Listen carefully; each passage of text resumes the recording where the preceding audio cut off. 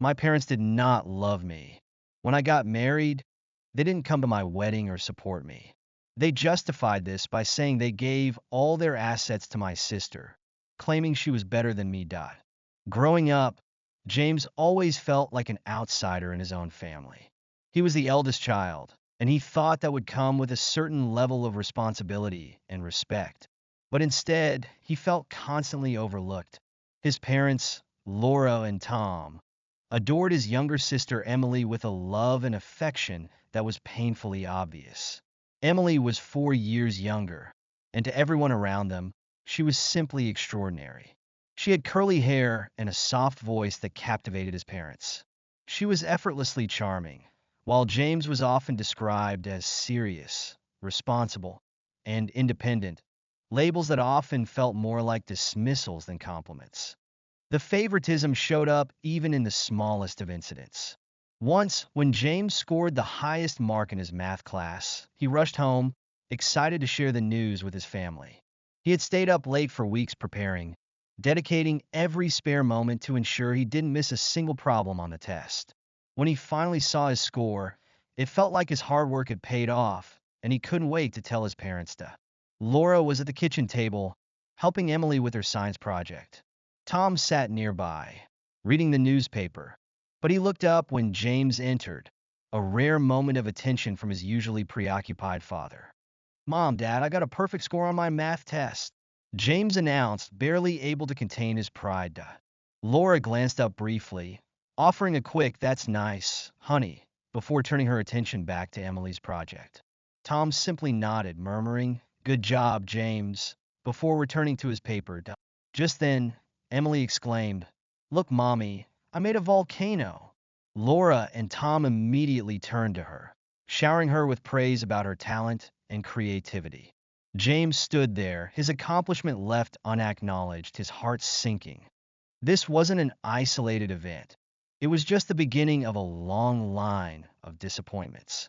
When James joined the school soccer team and scored his first goal, his parents missed the game to take Emily to a dance recital. When he won an award in science, they asked if Emily could join the science club next year. No matter what he did, it seemed insignificant compared to Emily's smallest achievements. Birthdays became another sore spot. On James's 16th birthday, he expected a family dinner, maybe even a cake, just something to mark the milestone. Instead, he came home to find his parents had spent the entire day preparing for Emily's upcoming dance competition. There was no cake, no dinner, nothing.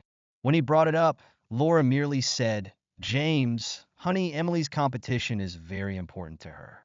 We thought you'd understand." The following week was Emily's 12th birthday. James came home to find the house transformed. Balloons, a custom-made cake, and a backyard party with all her friends. They even hired a magician. James watched from the sidelines, hurt and angry, as his parents lavished attention on Emily, acting as though he wasn't even there. It took years, but James finally reached a breaking point. One day, he tried to confront his parents. He found them in the living room, watching Emily practice her dance routine, as usual. "Mom, Dad, can we talk?" James said, barely managing to keep the frustration out of his voice. Laura glanced at him, but quickly turned her attention back to Emily. "What's on your mind, James?" she asked, absent-mindedly. James took a deep breath. "I just feel like you don't notice me as much as Emily. Like no matter what I do, it's never enough." Tom sighed, visibly annoyed. "James, your sister has a special talent. We just want to make sure she has every opportunity to develop it. You're a good kid. You don't need as much attention." The words "good kid" felt like a slap. They didn't see him as someone who needed support or encouragement, just as someone who was capable. He'd been labeled as independent, so often it felt more like they were pushing him to fend for himself rather than genuinely admiring his self-sufficiency. For the first time, he realized that to them, he was just there, a background character in his own family's life. By the time he graduated from high school, the favoritism had become an open wound. He had worked hard, making it into the top 10% of his class, even earning a partial scholarship to a reputable university. Graduation day was supposed to be a proud moment. But true to form, his parents chose to attend Emily's regional dance competition instead. Standing in his cap and gown, James scanned the audience, hoping against hope to see his family. But there was only emptiness where they should have been. That night, he came home to a quiet house. There was no acknowledgement of his graduation, no card, no celebratory dinner. All that greeted him was a message from Laura. "We'll catch up tomorrow, sweetie. Emily was fantastic today." In that moment, he finally realized how deep their favoritism ran. It wasn't just that they favored Emily. It was as if he didn't matter at all.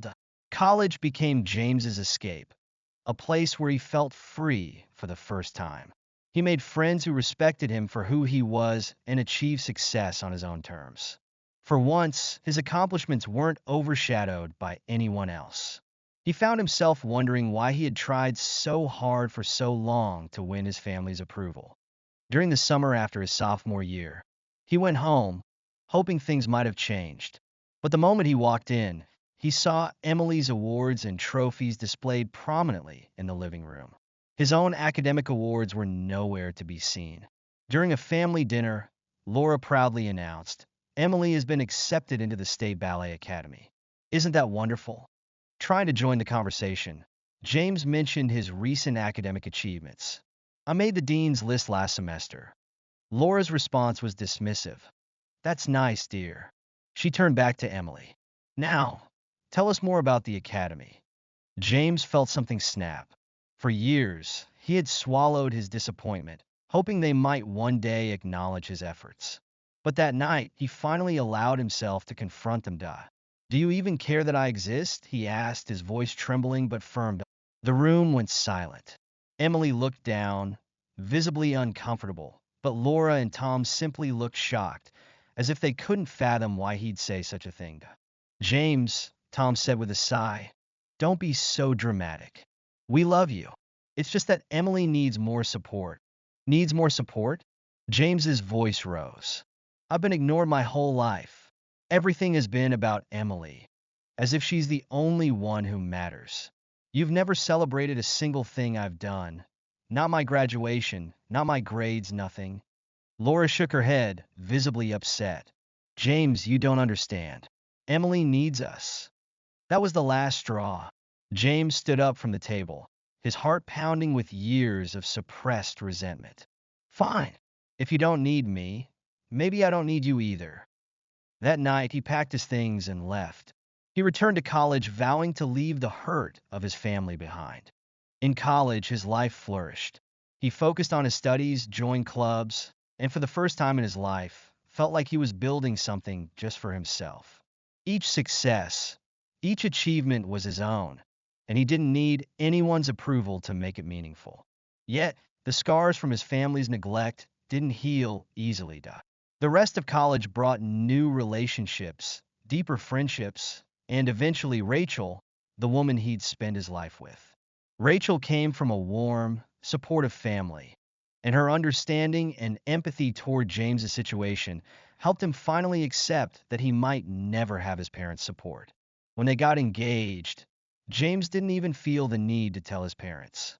By the time James stood at the altar on his wedding day, surrounded by friends and Rachel's family, he felt at peace. The people who genuinely cared about him were by his side, and he knew, at long last, that he was exactly where he belonged.